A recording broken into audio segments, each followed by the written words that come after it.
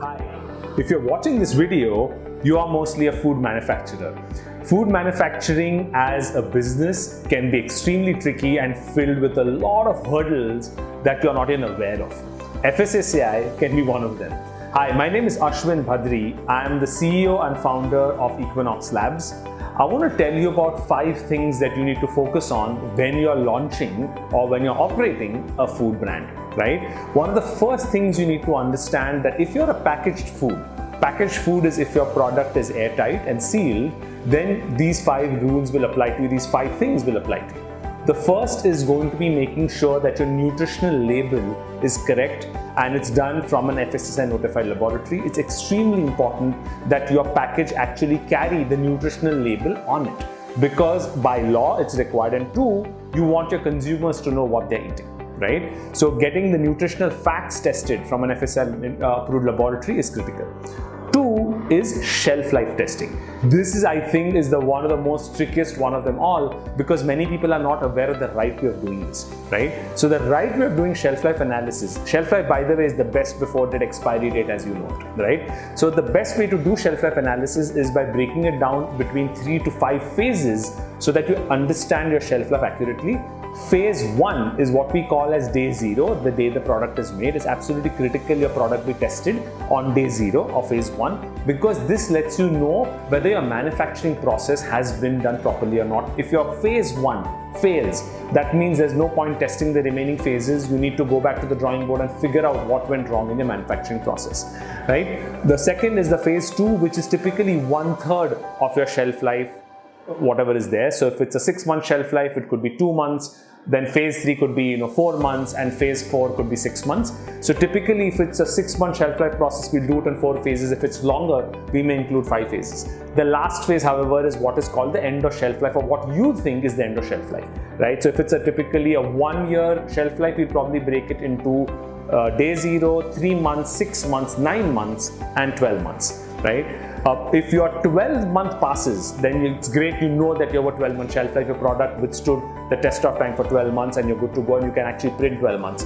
But if your 12th month fails, but if your 9th month has passed, at least you've not wasted this time, and you can publish 9 months and start putting your product out in the market, and always go figure out how to extend the shelf life to 12 months or more, right? The shelf life can be done in 2 ways. First is called accelerated shelf life method, and 2 is called real time. Accelerated shelf life method is used for products who typically have 1 month or longer shelf life, right, and can be stored at ambient temperature. If you have a 12-month shelf life biscuit, do you want to wait 12 months to go to market? Of course not. You want to go to market as fast as possible, and this is exactly where the accelerated method will help you.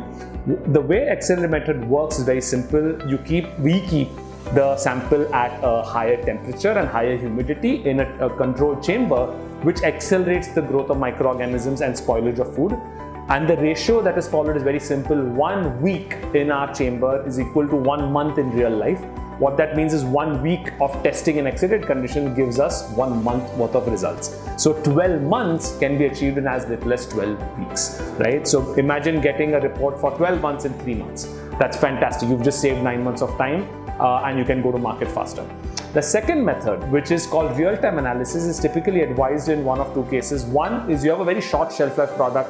It's 1 week, 2 weeks, or maybe in a month. We would typically, encourage a normal ambient testing method, non-accelerated one, and or if your product is frozen or requires a fridge, then the accelerated method will not work. In that case, you will have to go the non-accelerated method. So these are the 2 kinds, right? The third thing you need to do is ensure that your label, packaging label, is validated. FSSAI has many different rules and regulations. Some of them are very simple, some of them can get a little complicated. For you to understand what is allowed and not allowed on the label, in what size, in what font, should be there, if you're making a claim, what photos are you using, this can get a little confusing for many first-time entrepreneurs, or maybe in some of the experienced entrepreneurs in the food business. So we can actually help you validate these labels and make sure that they're print ready and market ready. right? The fourth thing you need to do is ensure that your water testing is done twice in a year minimum at your place of manufacturing, and this test has to happen as per IS 10500, right? This is absolutely must, right? And last but not the least is food quality testing. Now this is very, very essential and not the same as shelf life. Shelf life lets you know whether your product was okay for 6 months, 12 months, or the life of your product. Spot testing or the monthly or quarterly food testing allows you to know that every batch that you're producing, is it safe or not, right? So these are the 5 tests which are mandated by law for you to understand whether you're compliant to the law or not, whether your product is good enough to go to market or not.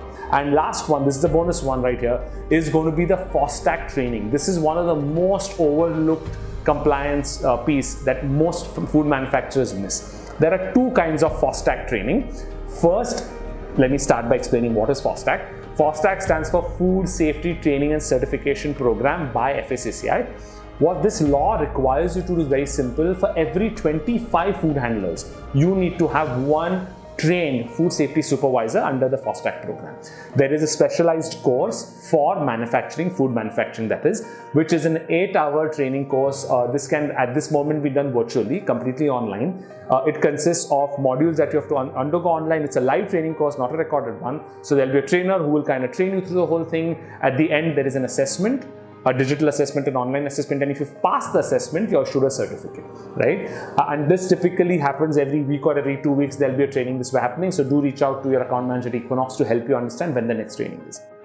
The next one is the COVID-19 training, which is mandatory by law, and every single food handler needs to undergo this training to ensure that they understand what is the meaning of COVID, how is it transmitted, and how it can come into their workplace, and how can they can stay protected, and how can they keep your customer safe and keep your product safe, right? Here, it's a 2-hour course, completely online, and there is no test, but however, you do get a certificate. And right now, there is a mandate that requires us to do this at 100 rupees at best per person, right? So I think these few tips, if you follow, you can ensure that the product that you're creating and the company that you're creating will be compliant to FSSAI and will help you to succeed. Thank you for listening to this, and have a great day ahead.